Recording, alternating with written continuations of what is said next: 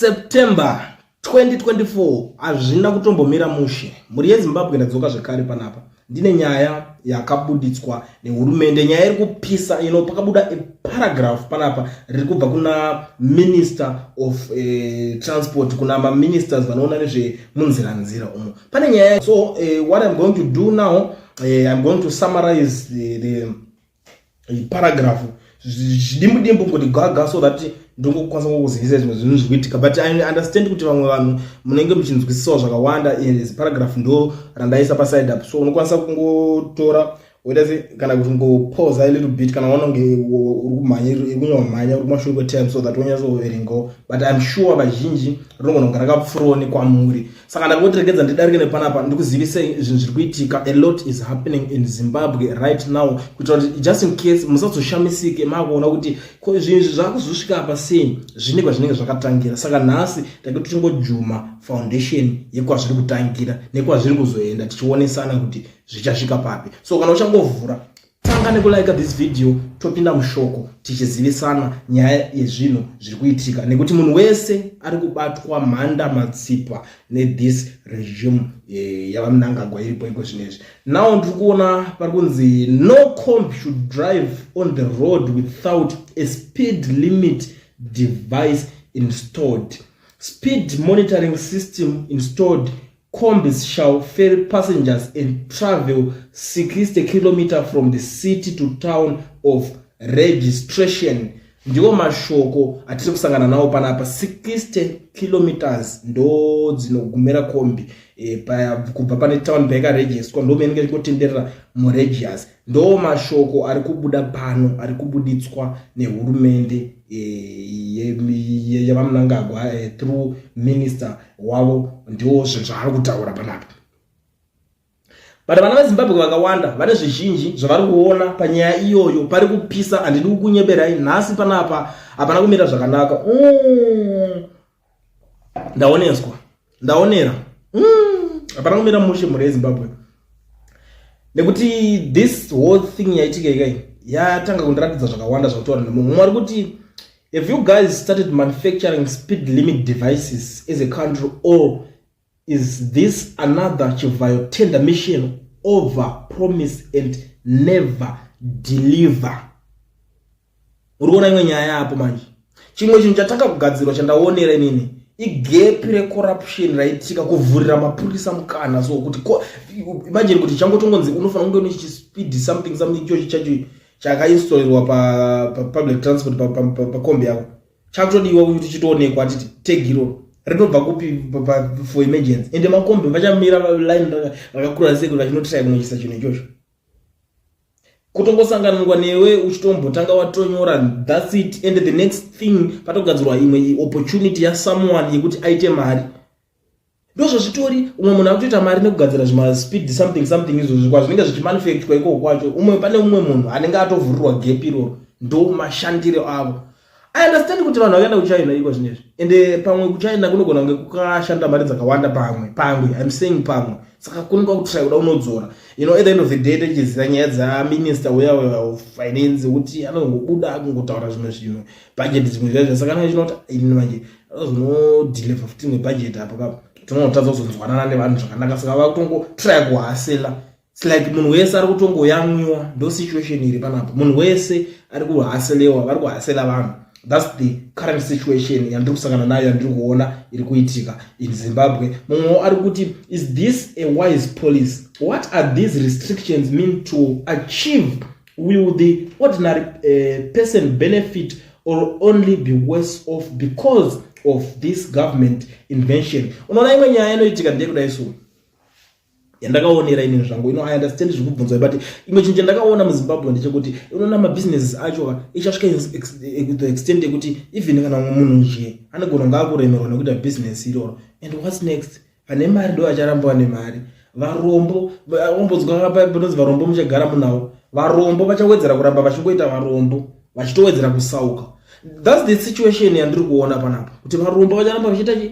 Because iwapo chada kutry kuti ngatiti uda kunotenga kana kombi yekuti unoda kumbotanga kuita waka business ukako since mabasa agara kunedza, but pamwe pacho unogombo promote wambo sangana wayandika hasi ukapena kako wakambona makombi acho amazuva zvima ndakashamisika kombi inenge iri zipeji mazipeji rinenge rakanamirwa pascreen anenge ari kana 3 mazipeji unochosha kuti muteereri chii wakomanaka handisi kuramba zvangu kuti pamwe ndozvinhu zvangu kuti but hamuno kana imwe way here kuti munondizwa tuchikwana tudiki twadai tumatext so that yongovawo smart zokombo zipeji inotokunamirwa wakomana ende ndakatondobvunza kwa munhu kandikati iwe boy here chawarindira zviri kuona pane chikombi chako because hatina kuzijaira kujozoka hatina kujaira zvinhu izvo zvikujozoka kuti munhu hatina kuzijaira zvinhu zvekuti kombi inopuwa mazi restrictions akawanda ese zvese zvikuitika izvi chi boy here unozonzwirira unotozotopedzera kutonzwatsitsa watoona kuti saka varombo vacharamba vari varombo vane mari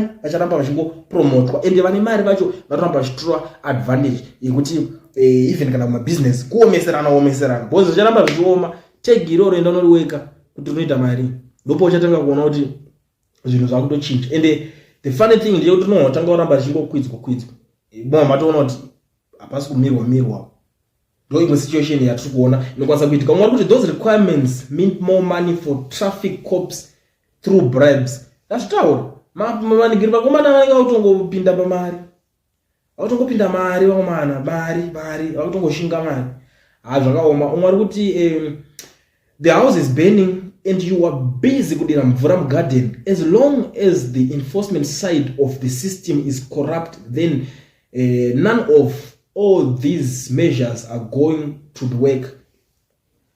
Chinhu kutoitika ndechekuti zvezvishanda but andinoona komana akabata mboma achiroama mascreen nemakombe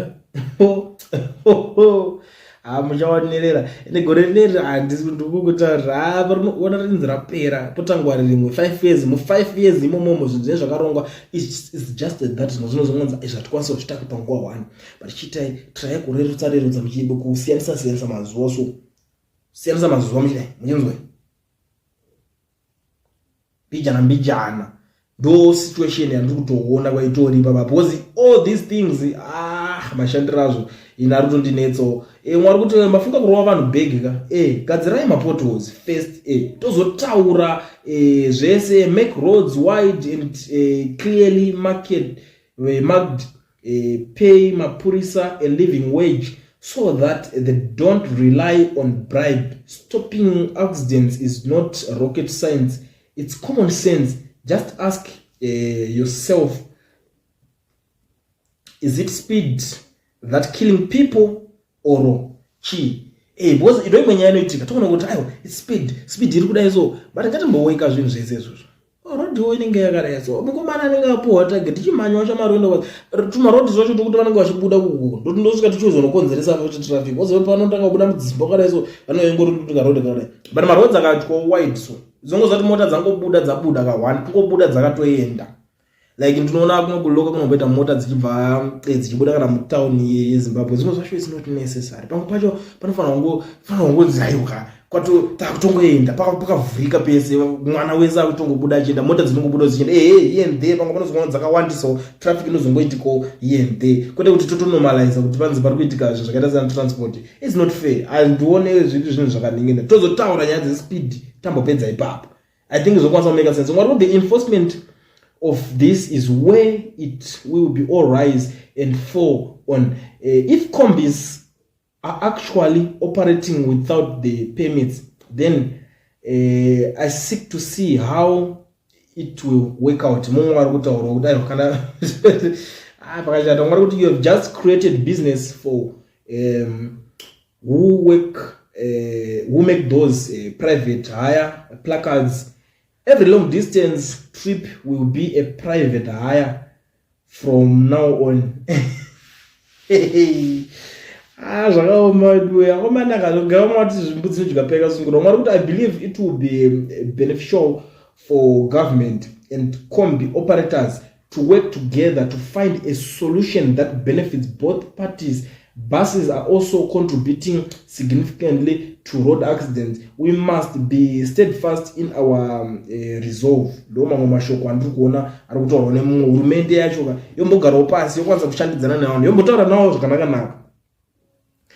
driver wana chitambo anachora saka kutotere zvese zvonyatsokonzerwa after that, because these people they've tried vakabvira kudhara vakambotaura kuti pasteering atichadi kuona driver ari less than 30 years zvakatomboidze yatomutemo yetu kwezvezvo kwatosvika kuti license unayo chitupa unacho zvese po patozodora vese vama over 30 zvinhu zvese zvaitariswa vachiyedza vachitry by all means kunotry kunohafura nyaya dzema accident, but zvikuratidza kunge zvisiri kushanda. Makombi achatoramba achingonosangana netsaona, and tsaona yacho iri kungoitika not because of madrivers arimo ma under 30 vanotori above 30, but zviri kungoitika now vakutsvaga zvema speed limit zvematext.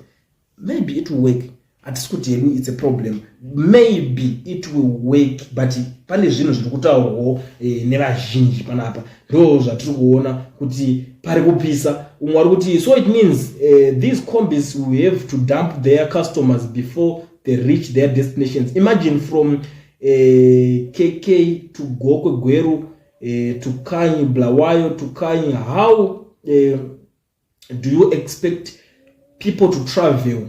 Yazi, you are a bunch of cockroaches that don't have brains. Fix the roads. But what more mabhazi acho kuendeko arambotariswa mucheni mabhazi, because ine chingo chinji tutomonaka ngatimbotanga tambosimba zvinoshanda panapa. Mazibhazi mamwe asingaite omboitwa phase out pombo contribute kwa mabhazi, even chero anobva zvawo chero nekuhurumende ikoko if it's possible. Zvinoona kubatsira zvikaita nani, zvinobatsira vanhu, because bhazi rakanzi akubva kune kuhurumende ari mabhazi, totona mabhazi yacho I think zvinoshanda. Because ndo imwe nyaya inenge zvinokwanisa kuminimize zvese zviri kutyira kuti zviri kuitika, but iko zvine mangoti toda kuti makombi ndo ari kuda toda kuti boom totarisa mabhazi acho aripo. You will be shocked, you will be disappointed kuti kumana saka ndo mabhazi acho ari kunzi ari pa road wire rekuti richifamba so rinenge rakatsveya maside rakadai rikuenda rinoti nani engwe ikona rikundo bamba rikona ndo inenge ikatarisa kumberi richidai richienda zvotonziwa ari right, rotonzi ngaroiwo long distance iwayo. Aiwa pana pacho panoda kuitwa serious, panoda kubalancewa zvinhu zvese zvinenge zvichionekwa. Mwari kuti your regulations are just nonsensical. What have you done to make the roads safer except enslaving Zimbabweans with your Mari Moffat draconian laws? Vakadhakwa imimi. Hapana for sure. Chii chimwe chaitwa kuti zvinge zvichiningirika? Chii chakadaro? What about Namibia? Iveko aiwa Iveko manginano anenge ari kuti register out, zinonga register outside. I think ndo dzimwe nyaya dzacho ndo vamwe vanhu vacho totargeted ivava. Ndo vamwe vanhu vacho totargeted ngori kuti manje so vanhu vanofa pama campaign. Hapana kana anombotora ma measures vanhu vapedza kuvhota pagadziriseiwe papa. All right. Alright, imonya mwaka kungosanganisa nyaya mwari kuti aiwa pamukazvieta apa tichanzwa kuti supply system yacho ndiani. Ndo akamirwa navanhu vese kuti supplier system yema road something yema tags iwayo ari kuda kugadzirwa. Who is the supplier and who is going to be the supplier? Ndo imwe nyaya iri kunetsa nevanhu vakawanda panapa. Mwari kuti aiwa pana achatoita hake mari from achawana tender yema devices acho kusvika kumpurisa ari pa road. Right, mwari kuti aiwa adzorowa mari gore rino akomana mere muone zvenyu mugwagwa zvichaitika. Mwari kuti aiwa makambozama kubvisa mutown zvakaramba, mukati mazupko zvikaramba, now maakune izvi hey akomanaka as long as tichingori ne same police pa road ka ingori pondo pakufamba. Apo zvakaoma. Anyway, it's just that at quantity kuzotaura on behalf of the police, because the funny thing hakuna nomabata akazvitora mari dzedzi jera nomabata abatika kuna mura kana unoona renza rizita kuti ane skillful try kumutaimira inotora chegumi chake ndopanenge totora mari muyo kuti muri yake inge ichitodya ndombo umwari kuti ayo zvinobatsira izvo zvokisa ma speed limit waya yechipepa pamota idzo road dzakashata. Government ngaigadzirise migwagwa inake, ma accidents anoita mashoma, basa ndire kudya nekuba mari yenyika. Vana ningirikini vari kuita corruption and maaccidents anogoramba ingowanda because of that. Hakumanaka. Pakawoma mwari kuti can we also have CCTVs on the motorways and speed limit devices on buses and haulage trucks? Yeah, I think ndonyadza dzikufambirwa. What this is crazy, guys. Bedbridge via Moranda 10 Road, Musume to Mataga, pane makombi anobva mu bridge to Mataga, which is more than 60 kilometers. No bus because of Bed Road, and those combis ndiwo mabhazi acho arisi fair game here for sure. Saka pamwe pakuti vanenge kutodzika vanzishare naye, I don't know kuti zvichashanda sei manje, because una kuna mamwe distance kanonzi makutogadzira mabus stop inenge iri pakati nepakati itakunoisa muchatangira baba munogumira apo mozopawo vamwe.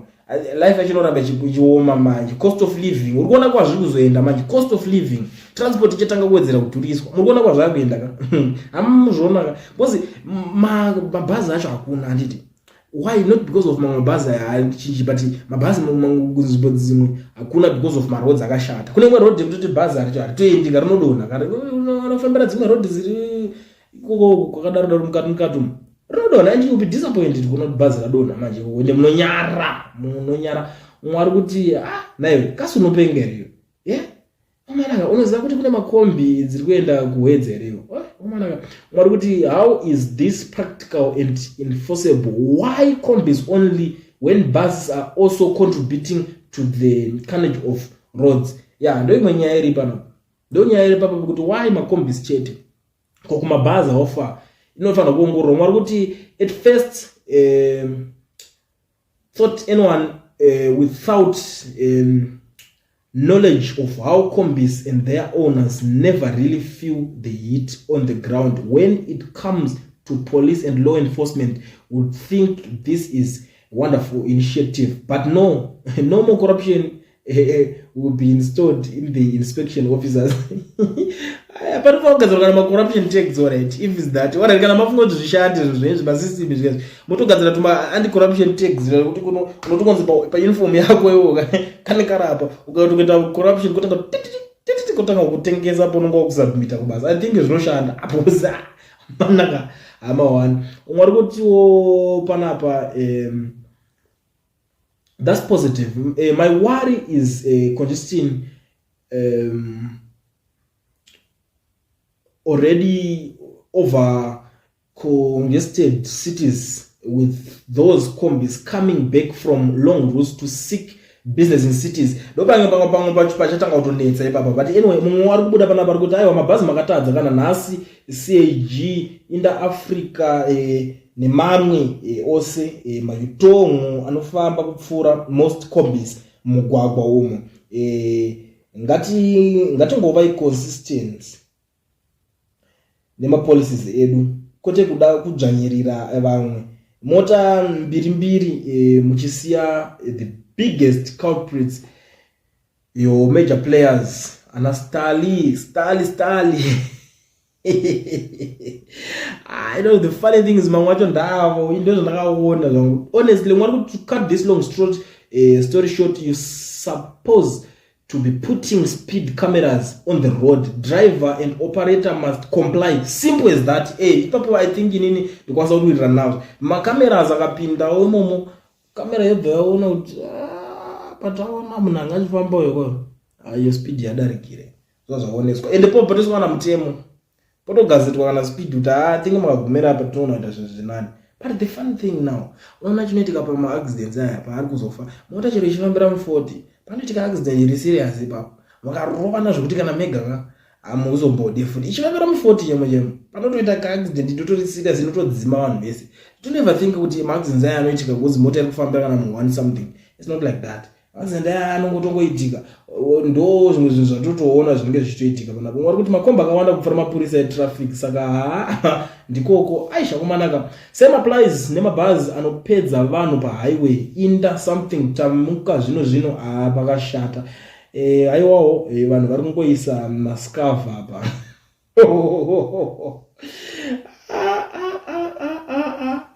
Yeah, aiwa ndikuzviona. What about the conventional buses?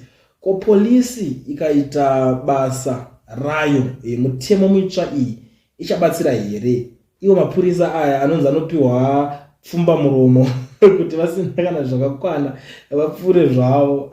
Vanoitwa sei? Haimi zvevhara muromo senadzo muri weza ta corruption iwe aikona kuda kudhigira kwadi mabhizinesi avo ari kuita chinotori chidhiri icho chivapurisa. Inini zvangu ainota geresa ukatonopurisa chotora mari ndizvakezvo unoziva sei kuti anotora mari. In other words, it didn't matter no point for us. She don't bother about it. She don't post a lie. Was a fire, like pattern can go message like Gwendes like Quajuva. Was very my business. Utakanzaga kubata panapa. Oba uno submit eko. Kusaka mari dzavo manje ndozikuzonzi. Vari uno submit and mari show masaka kutotaka kubata. Usaka chimondi badala panapa. Ndikoperera achakuendesa uboza avasi kubadala. Iwo chita customer yacho panapa. Chimondipa panapa. Pozanzota kubata panapa iwo kufanira kubhadharira kumberi. Saka kumberi ko unosiya mari ndokuzonzi akusukuzodzoka mari ichizonoita ma lives avo better. Saka ndozoona kuti life yake munhu haisi kuita better wapedza kudaro. Saka the next thing zvakutoita kutongoti alright it's fine ndakunoita sei ini chimondipa yangu niise muhomwe panapa zvaropera. Kuti ngazviita sei kunzvara muromo ayoraka mwari kuti how do people coming from Bindura chichi marondera ya pakashata ipapa pachatonetsa dzimwe nzvimbo dzichanetsa umwe kuti aidzi dzangongano idzi PS not in my motherland Zimbabwe ne corruption yatinoona daily. Do you know cops no longer ask license kudzika wakabata $3 yako zvokuti mune vanhu vanganikwa vari hazvina kana basa izvo so long vatora mari ayenyeregerera wasaka vana parodha rokushanda ndaona ngumwe zimba rangana rusoka ngamvuza pakuru vanoita basa rechi ndipurisa ndeti purisa mushandira kubisha chino iwo ndai wabo ndatoziva kuti akomana parodha hawo so wati purisa zimba rangadaro uye iwo aibata zifundo saka chitora mafuta charatidza umwake ndikati zimba riporona kuti vashanda aiwa ndikutonerera zvimwe zvizvi. This is Zimbabwe ndozvazviri ndo zvatiri kutosangana nazvo panapa. Saka asi vanhu vari kupopota honestly speaking mazimbabweans vari kupopota about this whole thing chiri kuitika ichi ndo nyaya hombe iri panapa kumana yanangoti ndiwe nayo ndakakubatira ndichikuzivisa izvo zvikuitika because sometimes it doesn't make sense kuti tokuita zvinhu tichiregedza kuzoonesana futi kuti vanhu vari kuzoti chii pamusoro penyaya iyo. Saka it's very important kwavari kuti kana vachinge vazotanga kuzoona kuti nyaya dzavo dzava kufambira dzakamira sei it's very important to them kuti vakwanise kunzwisisa kuti vanhu vari kuchema kuti chii vanhu vari kuti kudii nenyaya dzacho. Vanhu vari kutotaura kuti mimi muri kutoshinga vanhu ndo nyaya iri panapa iri kubuda tonzi muri kushinga vanhu. Ndangondidarike nepanapa panonzi paCulient. Kana uchangosvika panapa first time yako tanga nekulike this video. Gara wasubscribe kana uri munyowano usina wasubscribe so that ndoramba ndichidzoka nedzimwe nyaya ino atipererwe nenyaya toramba tichiuya tichikunzwisai so zviri kuitika munyika.